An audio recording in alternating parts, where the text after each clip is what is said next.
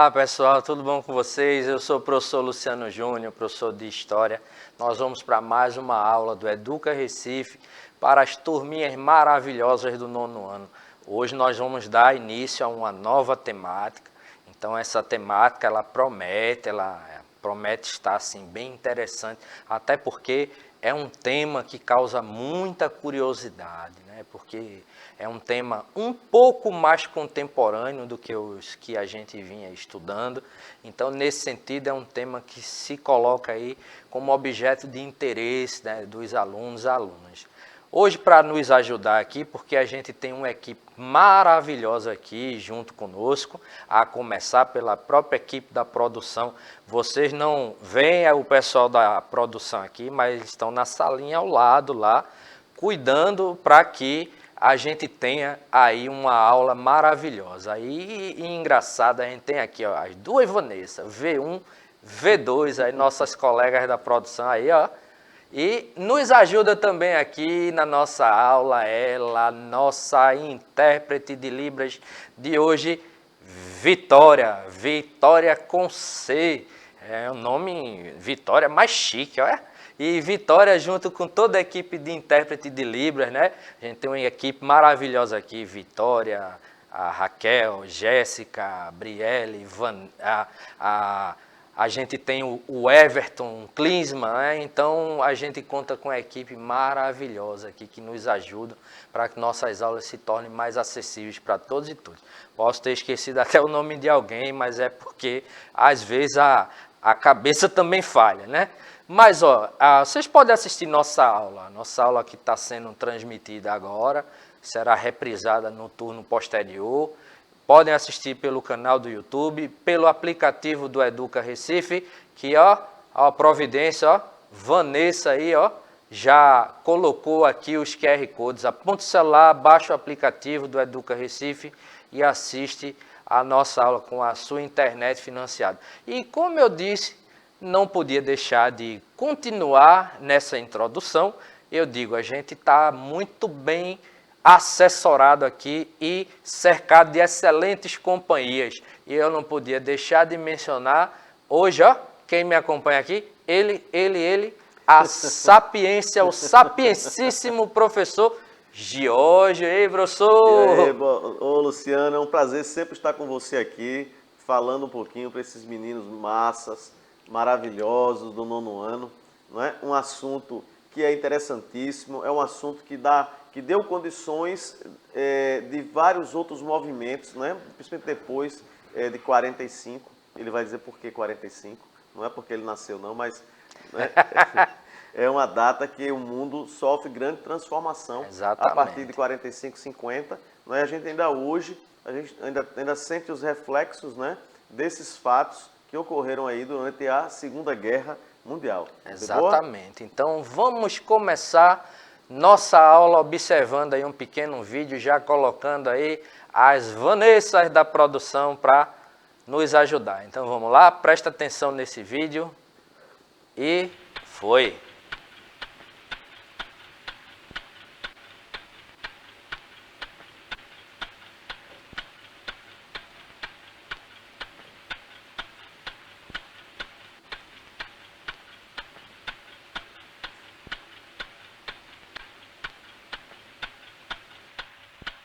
До взрыва осталось 5 секунд. 3 секунды, 2 секунды, 1 секунда.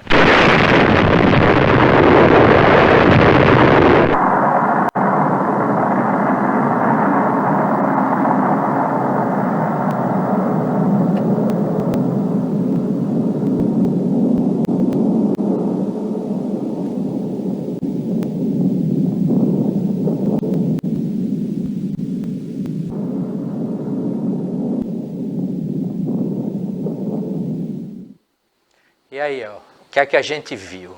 A gente viu aí um teste de uma bomba nuclear, né, uma bomba atômica. Esse daí foi empreendido pela União das Repúblicas Socialistas Soviéticas. Por quê?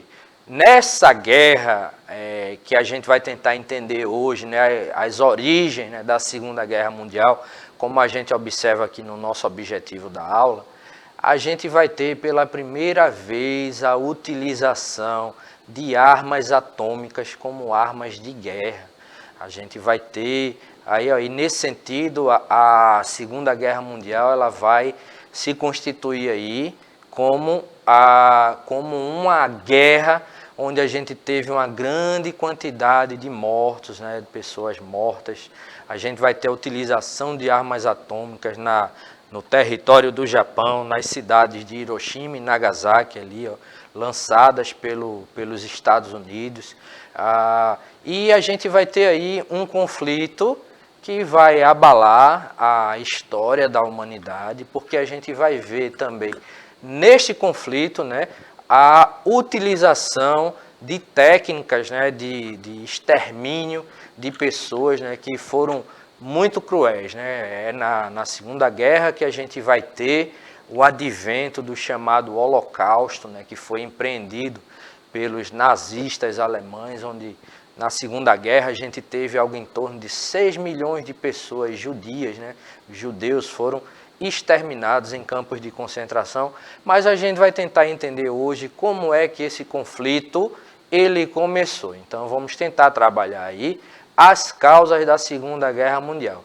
Primeira coisa, né, a gente vai lembrar aqui, ó, a Segunda Guerra Mundial foi decorrente de um conjunto de fatores de uma profunda crise econômica. Vamos lembrar que a gente estudou na aula passada, né, nas aulas passadas, sobre o nazifascismo, e a gente viu que após a Primeira Guerra Mundial, países como a Alemanha, a Itália e outros países, né, da Europa vivenciaram uma crise econômica muito grande. Então, nesse sentido, essas crises econômicas, principalmente as quais foram acometidos, né, as quais vivenciaram países que foram considerados responsáveis pelo início da Primeira Guerra, principalmente a Alemanha, a gente vai ter aí, ó, uma crise econômica muito grande, hiperinflação, caos social, né, fome, desemprego, miséria, e nesse sentido isso levou a grandes tensões políticas e sociais em várias partes do planeta. No caso, a Europa, né, que foi bastante arrasada, né, pelo advento da Primeira Guerra Mundial e sofreu profundamente as consequências da crise econômica de 1929, que começou lá nos Estados Unidos, país que ajudava algumas dessas nações europeias a se reerguerem. Então, logicamente, esses países europeus sofreram as consequências disso. Outra coisa, nesse contexto, né, a gente teve aí, ó, o surgimento de regimes totalitários. A gente estudou isso nas aulas passadas. Principalmente onde? Ó, Alemanha, Itália e Japão. A gente não chegou a falar sobre o Japão, mas a gente vai falar um pouquinho sobre o Japão na aula de hoje.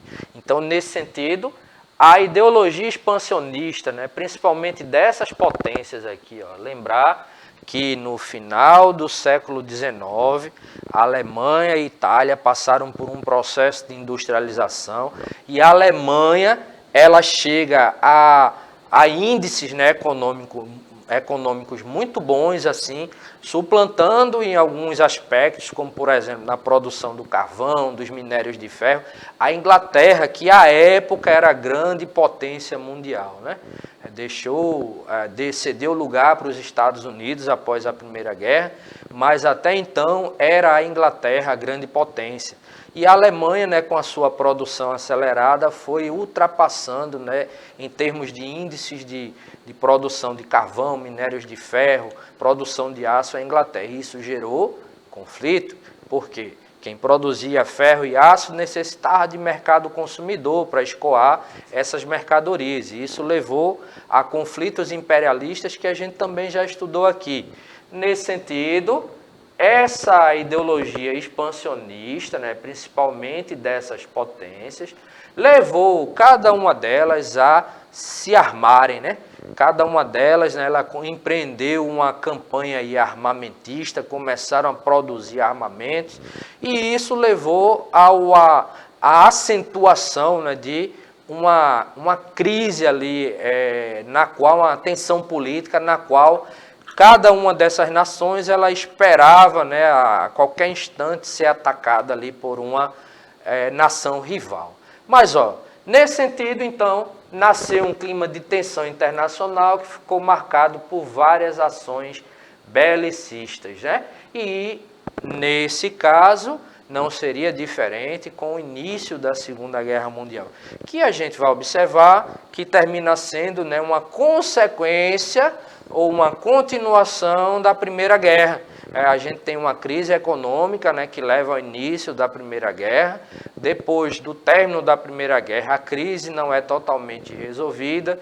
E nesse processo de crise do capitalismo, a gente vai ver nações se chocando com outras nações, dando início a esse segundo conflito que teve aí uma escala global. Aí, a gente estudou, quando falou da Primeira Guerra Mundial, o Tratado de Versalhes, que foi o quê? Após a Primeira Guerra Mundial, a gente tem a chamada Paz dos Vencedores, ou seja, as nações que venceram a guerra, elas impuseram duras penas, né, políticas e econômicas e militares, duras sanções sobre aquelas nações que, na ótica dos vencedores, haviam dado início ao conflito. Nesse sentido, a Alemanha foi a grande responsável, né, pelo início da Primeira Guerra, assim como os seus aliados, né? E sob a Alemanha e os seus aliados, a gente vai ter a imposição de duras penas. A gente já viu isso aqui também, limitação do exército a 100 mil soldados, não podiam construir mais barcos de guerra, dura indenização que tiveram que pagar os vencedores. Então, um país que já estava devastado pela guerra e ainda teve todas essas sanções, entrou em grande crise econômica. E isso levou, esse golpe, né, econômico, levou, como a gente disse aqui, inflação e crise econômica generalizada, gerando um irrecuperável sentimento de humilhação e um forte desejo de revanche para os alemães. Aí, o que é que a gente vai ter? Nesse caso aqui, eu vou pedir a ajuda do professor Giorgio, que estudou alemão, para a pronúncia aí, professor. Lebensraum. Aí, o professor sabido é outra coisa. Então, a gente teve aí, por parte da Alemanha, a necessidade de criar aí um espaço vital para passar a categoria de grande potência. Então, ela necessitava de espaço aí para se expandir, para recuperar a sua economia. Então, junta aí esse sentimento de revanche, né, e essa necessidade de expansão para, mais uma vez, ir em busca, né, de minérios, de matéria-prima ali para um processo de soerguimento, né? Então, a gente vai ter aí a Alemanha já implementando algumas medidas que vão levar mais na frente a ela, mais uma vez, se chocar com outros territórios, né?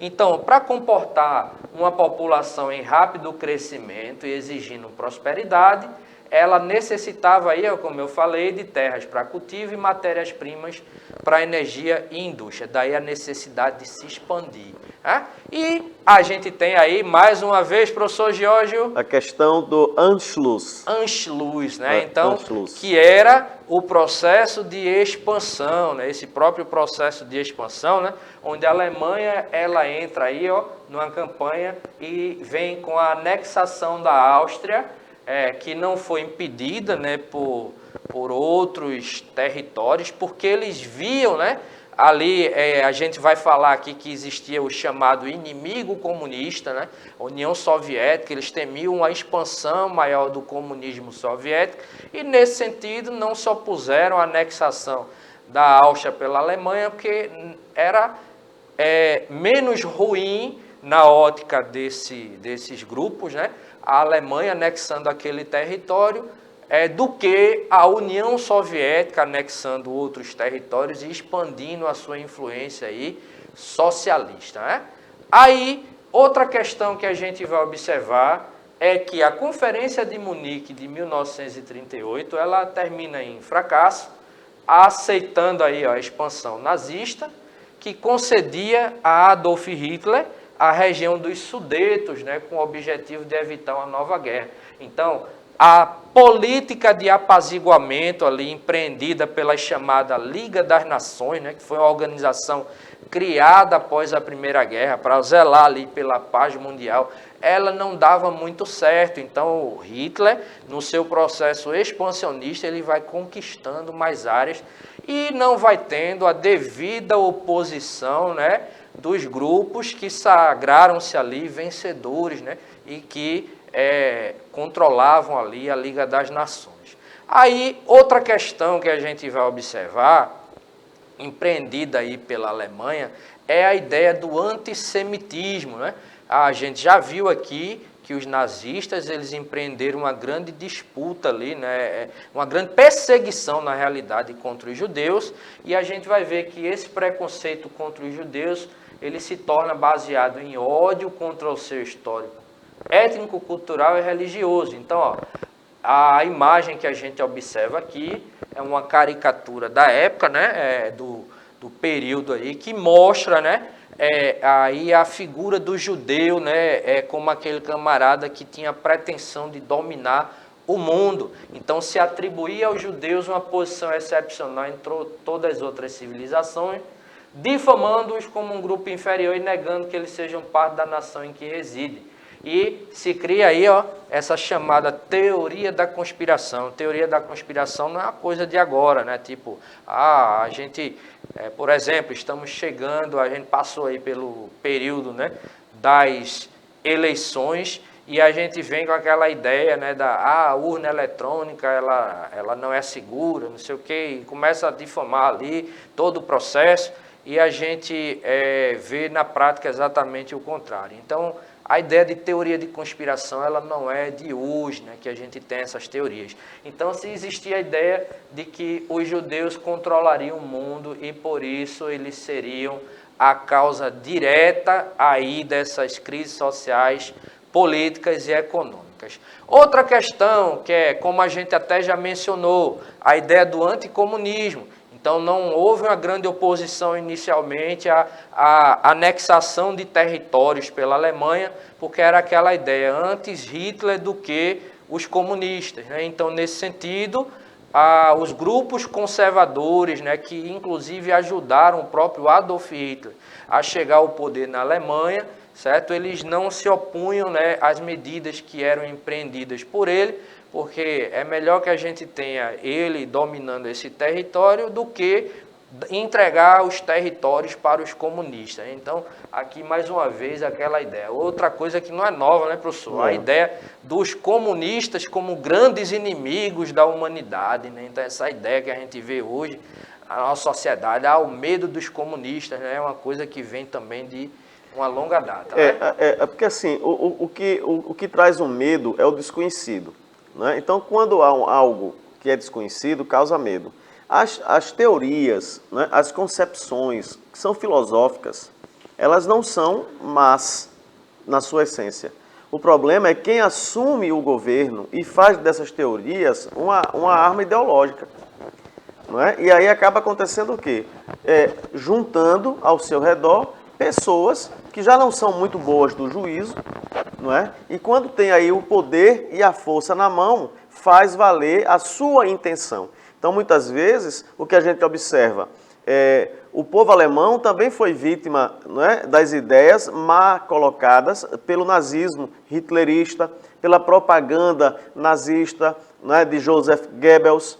Então, o que é que acontece? Ele alia ao seu redor pessoas que não estavam preocupadas com o povo em si, e sim preocupadas com uma ideia, né, uma ideologia dominante. Então, tanto o socialismo, que vira comunismo, né, como forma de governo, depois o nazismo, né, como uma política ideológica, onde os alemães nazistas não acreditavam num mundo sem o nazismo. Tanto que quando a gente vai ver depois as situações de Goebbels, né, de Hitler, de Hindenburgo, que já tinha passado, tinha morrido, mas o Marechal de Campo, esqueci agora o nome do cara, mas que era o da Luftwaffe, né, que é da aeronáutica alemã, que acaba fazendo besteira. e não ir levando meio mundo de gente a cometer também besteira, mas em nome de uma ideologia dominante. Então a gente tem que ter muito cuidado com essas teorias quando se tornam formas de governo, porque na prática é uma coisa, a teoria é outra. Exatamente. Então, a crise de 29 a gente também já mencionou, né?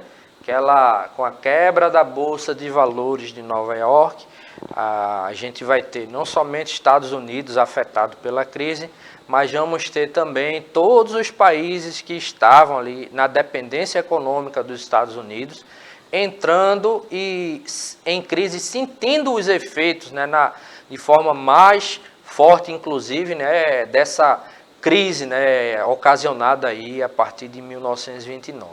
Então, aqui a gente tem um breve resumo, em termos de causas, né, do início da Segunda Guerra Mundial. A gente tem a causa diplomática, né, que foi a imposição da paz dos vencedores por meio do Tratado de Versalhes. Em termos econômicos, né, a crise do capitalismo ocasionada pela crise de 1929. E em termos políticos, a ascensão dos regimes totalitários, né? A gente estudou nazismo e fascismo, né? A gente vai ter também a questão, né, do totalitarismo japonês e essa ideologia fascista chegando também a Portugal e Espanha, né, que a gente não estudou, mas a gente vai ver nesses territórios também a chegada, né, dessas ideias. Salazarismo e franquismo. Salazarismo e o franquismo. Então, outra questão, retornando, né, àquela questão que a gente mencionou, o expansionismo alemão ele vai ser uma das causas, né? A questão do Anschluss. Isso, a questão da anexação, né? Então, seria a anexação política-militar, ou político-militar da Áustria, né, em 1938, expansionismo alemão, certo? O Lebensraum. Isso aí, ó, o espaço vital, que seria aquela ideia, ó, toda a sociedade em um determinado grau de desenvolvimento tem que conquistar territórios onde as pessoas são menos desenvolvidas. Nesse sentido, o Estado deve ser do tamanho da sua capacidade de organização. A gente vê aí ainda um pouco daquela ideia bem presente no período imperialista, né? O chamado darwinismo social. Não estou dizendo que isso aqui foi influenciado pelo darwinismo social, a gente vai ver isso nas campanhas imperialistas. Mas ainda se tem aquela ideia de que sociedades mais, entre aspas, né, avançadas, elas teriam direito de dominar sociedades também, entre aspas, né, menos avançadas.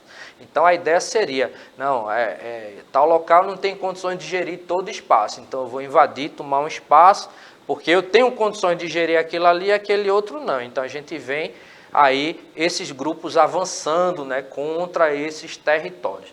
Então não foi diferente aqui após a anexação da região dos Sudetos, né, com a Conferência de Munique, em 1938. Mas a Itália também se expandiu. A gente viu, né, que da mesma forma que na Alemanha, na Itália a gente vai ter um regime totalitário, né, que foi o fascismo. Fascismo que é uma palavra que a gente vem observando que está sendo muito utilizada, né, nas reportagens no dia de hoje, né, nos dias de hoje, aqui, inclusive aqui no Brasil.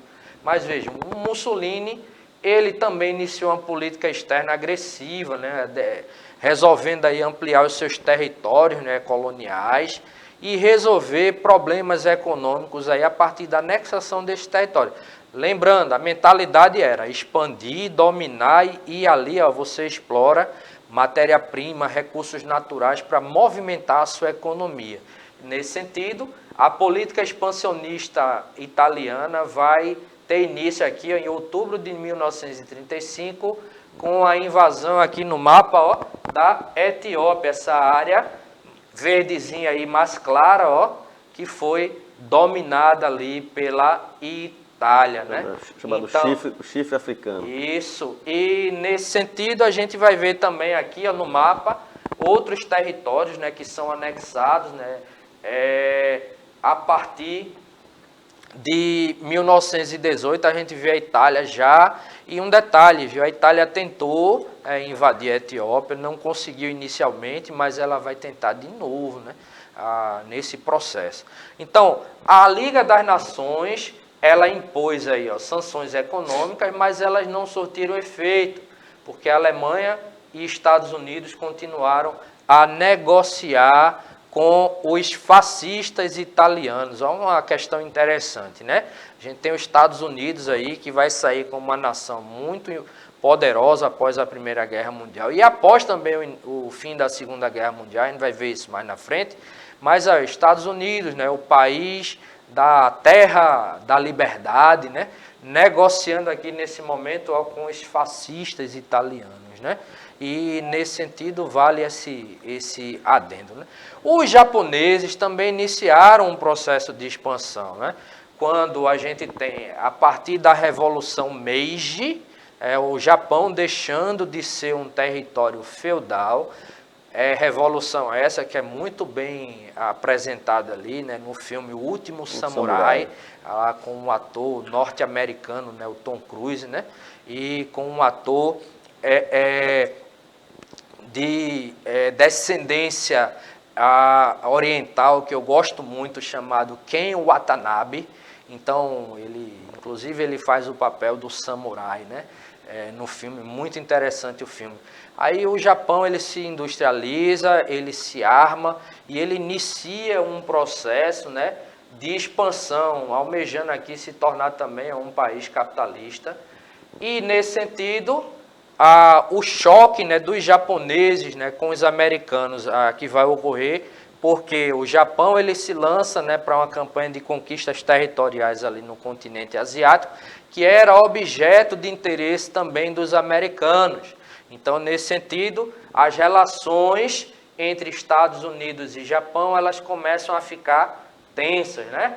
Aí, o principal ponto de discórdia foram exatamente as tentativas japonesas de colocar a China sob seu controle, né, por meios bélicos. Aí a gente vai ter aí, ó, a Segunda Guerra Sino-Japonesa, começando em 1937, ou seja, o Japão invadindo o território da China, e provocando aí protestos nos Estados Unidos, porque o quê? Os Estados Unidos tinham interesse naquele território. Não era meramente uma questão, né? Estão invadindo o território, isso não deve acontecer. Não, é porque os Estados Unidos também tinham interesse naquela região. E, nesse sentido, o governo americano declarou um embargo, né, ao Japão, impedindo aí a exportação de certos produtos, inclusive o petróleo, que gradualmente vai reforçar aí essa disputa, né, entre Estados Unidos e Japão. E, nesse sentido, privados aí do combustível, os japoneses eles tinham apenas duas alternativas. Ou aceitar um acordo humilhante aí com os Estados Unidos, que colocava, né, nesse acordo, né, a ideia de que o Japão não podia mais invadir a China, ou procurar petróleo em outro lugar, utilizando aí, se necessário, a força, né? Mas aí o que é que vai acontecer para a gente conduzir o final da nossa aula? A partir dessa disputa aí de territórios, né, de interesse, vão se formar alianças militares. Em 1936, a gente tem a formação do eixo Roma-Berlim, assinado aí um tratado, né, de cooperação aí militar, né, entre Itália e Alemanha.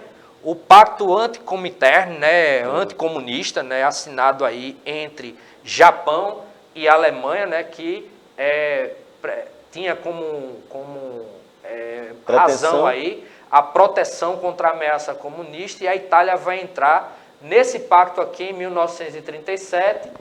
Em 1939, um pacto entre Alemanha e Itália, né, que foi o Pacto de Aço, né, um tratado de amizade e aliança aí, e prometendo aí que um ajudaria o outro em caso de guerra. Mas aí a gente tem um pacto entre Alemanha e União Soviética, um tratado aí de não agressão, que foi o tratado, né, Ribbentrop-Molotov, dando aí 10 anos de paz entre a Alemanha e a União Soviética, e assim a União Soviética ficaria ausente ali, né, de lado ali, sem ligar muito para a invasão da Polônia, que será aí a causa imediata do início da Segunda Guerra Mundial, porque a gente vai ter aí, finalizando a nossa aula, deixa eu só mostrar a imagem, a formação aqui do eixo, né? Itália, Alemanha, Japão, Roma, Berlim, Tóquio, né? O Roberto aí. Mas sobre isso e a continuação disso, a gente vê na nossa próxima aula. Valeu, Vitória. Valeu, Gil. Valeu. Até outra hora, se Deus quiser. É isso, pessoal. Tchau, tchau.